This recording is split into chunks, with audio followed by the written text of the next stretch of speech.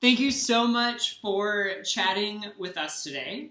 Thanks for having me. Yeah, of course. You've been such an integral part of Dance Device Lab since the beginning, and I'm excited to share your story a little bit more with our network.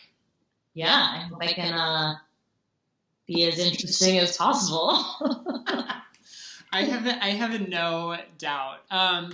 So you are so interesting because you are a studio girl. Your mom owns a dance and gymnastics studio. You went to a conservatory for high school. You went to college and got your BFA, and you've had this amazing career straddling commercial dance, concert dance, choreography, educating. You're sort of, to me, are the epitome of the whole package. And it's true. It's true. And you do everything with integrity and inspiration. And I'm so excited to learn a little bit more about your process. So why didn't you start at the very beginning? Beginning of... Where did Jaclyn Walsh come from? Oh, I mean, like my story? Yeah, your story. I grew up dancing at my mom's studio, that is a gymnastics school as well. So I grew up doing dance and gymnastics. When I got a little bit more advanced in gymnastics, I realized the only thing I liked doing was floor. Once you're like on that balance beam, you're like, no thanks. Too stressful. Yeah, way too stressful. So then I was like, okay, maybe I will start to take dance more seriously since I'm belonging on the floor. Mm-hmm. So then I joined the competitive team and competed a lot and was inspired by other dancers that I saw from other studios. And obviously we all know that the competitive life is its own bubble. Right. And it like consumed me. I just like wanted to do the best. But in a good way. It was a nice, healthy goal, and it was inspiring. And again, it was like about catching up with other dancers from other studios and seeing their progress over the years. And because it's really interesting thinking back when, you and I grew up through the ranks of dance, we didn't have social media. Right. And like YouTube wasn't even really a thing at that point. And so it's not like you would like see people all the time, right. And know how they were doing it. You would just see people at these dance competitions year to year. So that was fun because it was definitely a community feel. But then for junior and senior year of high school, I went to Walnut Hill School in Natick, Massachusetts, under the direction of Michael Owen. And that was amazing. It was hard because I was not a technician, and I went there with the intention of cleaning up my technique in order to go on to do whatever it was that I wanted to do. At that point, I didn't know if I really wanted to pursue theater. So I originally auditioned for the school as a theater major, got in as I first auditioned as a dance major, got in as a dance major, but then kind of freaked out because I was like, this is a lot of ballet. Yeah. I'm not a bunhead. Uh-huh. I got boobs and a butt. And I was always really into performing musical theater and always thought of myself as more of a performer than a technician. Uh-huh. So I auditioned for the theater department, got into the theater department, and my first week there just felt like I made a huge mistake. I went in for like my level placement in voice, and I had to like sing a song in the theater, and my voice has never cracked so loud. Oh no! I just was miserable and was just like, I made a huge mistake. Fortunately, they let me transfer. I was the first person to transfer from the theater department to the dance department, but it was amazing that they allowed that. Because then I went on to have a really wonderful experience. Went back for my senior year and then applied to many schools. Tisch was kind of the only audition that I really enjoyed. Fortunately, I got in. Fortunately, my parents were like, sure, we'll go into major debt. Right. And then went there, had a great experience. It's interesting. I feel like my Walnut Hill experience was an incredible experience because of the teachers that I had. Mm-hmm. And then Tish was wonderful because of a handful of teachers that I had, but also more so because of the class that I was in. I feel like I learned so much from my peers, and that was awesome. That's so interesting because I feel like you're an amalgamation of all of your experiences. You know, you grew up at a sort of competitive studio, you had a very ballet technical training, and then you went to modern and expanded your creative life. And I wonder if you can talk a little bit about, you know, you're such an incredible and giving and versatile teacher. I know you teach ballet, you teach musical theater, and these all go with choreographic categories as well. How do your influences that you've just been speaking about, or how does that influence your creative process and how you sort of pass it on to the next generation? For sure. So one of my teachers at Tisch, Gus Solomons, he said something one day that really stuck with me, that was, to be a teacher and to be a good teacher is to be the most selfless version of yourself. Yeah. Because so often, and he said, you know, he went on to explain that when he was younger and he was teaching and he was choreographing and he would have, you know, his dancers go out on stage and felt like they didn't do well, and he took it personally, like they didn't do well for me. Uh-huh. And I think that's like such a relevant thing with so many people, that it can be a self-serving thing, right, as opposed to it should be all about the individuals that you are working with, right, in terms of being inspired. For me, it goes, there's like three things. It's like my own experiences in life, plus whoever it is that I'm working with. That's huge. Hi, Tetley. Someone wants to join it. I've been like petting her like inconspicuously. So my own experiences, whoever it is that I'm working with, and I'm definitely musically driven. Yeah, you are. For sure. And I think, you know, it's interesting because over the years, you know, I've always been involved in choreographing for dance comp, and I try to sort of bring in a concert taste into that. Thank you. And, you know, I would say even like 5-6 years ago, it was like all about the angst and the darkness, and everything is contemporary, and everything still is contemporary nowadays. Right. But I've sort of dabbled in the past few years of pushing that negative narrative and trying to do more comedy, mm-hmm, but still with concert dance. Right. That's been really fun because it's definitely a healthy challenge, but also I think I'm experiencing more of like what Larry Kedwin has always focused on in the entertainment factor. Absolutely.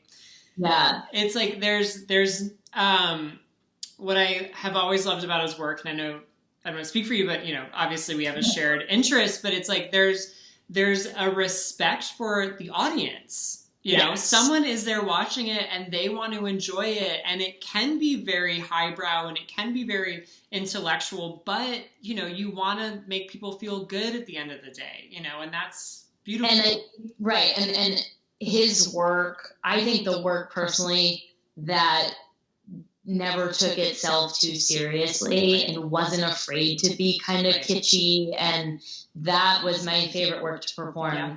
To get a laugh out of an audience, right, is like to know that like everybody is feeling good. Right. Love songs included, like us on stage, like included, and so that has always been super rewarding, and I definitely miss that aspect of my life. Yeah. That sort of performing, and so I've sort of taken that and tried to explore that even more within my choreography.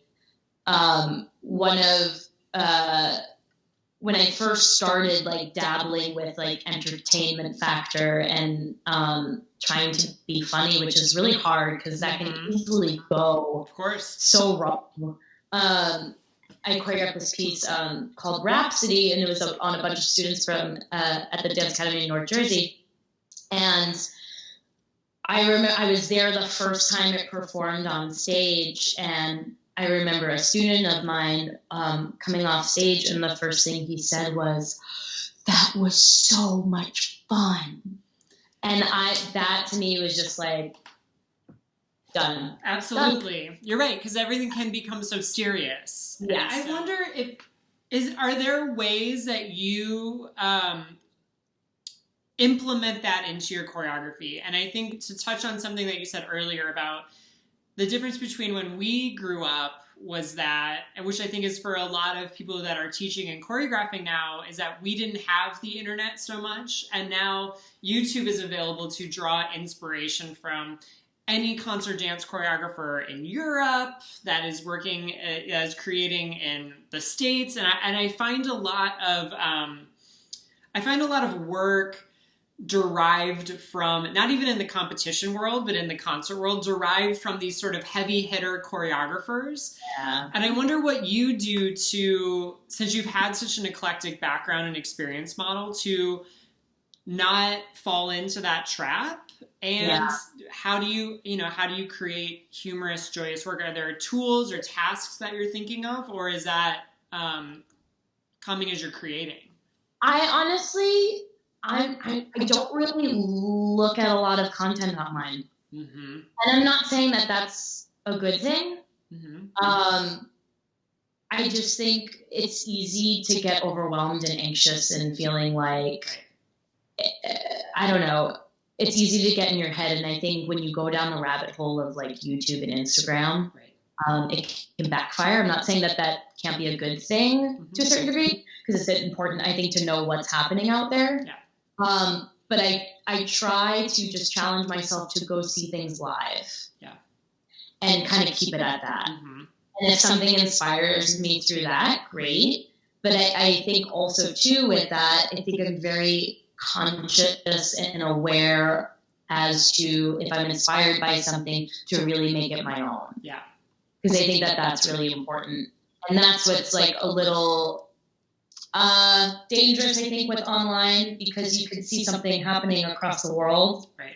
And maybe you think you're putting your own spin on it, but maybe you're actually copying it exactly. And, it's like, you got to be careful. Mm-hmm. I mean, I've definitely been inspired by things that I've seen live before, but again, the priority for me is to make it my own. And if I feel like it's not enough of my own, I won't touch it. Yeah. And that is, having taken your class and worked with you collaboratively for many years, there is such a distinct Jaclyn Walsh style. It's like I can see a phrase and you could play a pop quiz with me and I could pick out which one was yours. And I think that is so beautiful about your creative process, about the two things that you've touched on, is that you stay true to yourself. And I think that's a very important thing to remember, is that you are a creator. No matter how many pieces you have to spew out in a year, no matter how many dances that have to get ready, it's like, it's your voice, and it is a vessel for you to have creative output. So to stay true to that and have integrity with that is beautiful. And the second thing is, you're giving it to someone. You truly create for a room and people, and that is sort of an amazing collaborative experience that you really create. So how does Jaclyn Walsh start a phrase? I mean, you create so much material over the year between your classes and choreography. I know you said music is a big inspiration for you and your students, but when you're in your apartment, how do you start and how do you keep going with it? It's a really good question, because I feel like it's been getting harder actually recently, and I think it's because I haven't been proactive about getting studio space for myself. And I think that's a big thing, and I think what goes along with that is also taking class and maybe taking classes that don't necessarily align with your own aesthetic. Yeah. To just sort of keep pushing outside of your own bubble. Right. But for me, in terms of class, it's usually, again, like finding a song. I'll also think about if it's like kids that I'm working with on a regular basis, kind of feeling out what I think their mood is going to be that day, and maybe they need something more uplifting to pull themselves out of a funk, or maybe, like, you know what I mean? Or maybe I'm sensing that they've been working really hard and they're tired, so we're going to do something that's a little bit more ooey gooey. But usually, yeah, I don't know. I'll just start anyway. You know what? Usually I start facing the corner. That's usually how it goes. And then if I feel like I'm going into like my 1 of 10 moves that I have, I'll just think about, I'll kind of just go back to Comp 101 and just think, okay, I have these body parts. I can initiate here. And I'm naturally wanting to go there, but I'm going to go the opposite way instead, because, you know, it's just, to me, it's like simply like breaking it down to that like almost molecular level of building something to make sure that I'm not just doing the same phrase 10 different ways. Completely. And it's so interesting. I find this when I am having to create things rapidly, like you said, going to my moves that I maybe just made up, or my sort of go-to moves. And that is a beautiful moment when you stop and you sort of just like reverse direction. You're like, oh, well, I'm going to do this, but you just consciously are like, but we're going to do this now, you know? And totally. And that taking the time to allow yourself that process will, to me, I've always find it makes me feel better. Yeah. and it pushes me creatively to try something new. It's like the beauty and the art and the difficulty is within the transitions. It's not necessarily, and that can be a tricky thing, because you might be in a room full of kids who just want to kick their face. Absolutely. And want to do all the jumps and all the turns, and that's not to say you can't fulfill that. You can like even hide them in the phrase, and that can also be a nice healthy challenge. Yeah. That can be a healthy challenge in fulfilling what the kids might want, but also like really doing what you want to do as a choreographer or as a teacher, and what's going to challenge them. Right. It seems like you love a little yin and yang. Like for sure. A third of what you're doing gives them what they want, and the rest is trickery to teach the hide it, blend it, and teach them a lesson. I usually love a good floor section, and I rarely start on the floor, because I like transitioning in and transitioning out of the floor, and I think that takes a lot of practice. Yeah. I think that's a good thing for kids to work on. Well, you are such a joy. You're so inspiring, and I know I've gained some new nuggets that I'm excited to try out. Go this way instead of that way. Yeah. And so elbow to the knee. Totally. Thank you so much for sharing your time and your energy, and I thank you so much for being a part of our team, and thank you for chatting with us. Thank you for having me, Brandon. Yeah, of course. I will talk to you soon, Jackie. Hey, bye. Okay, bye.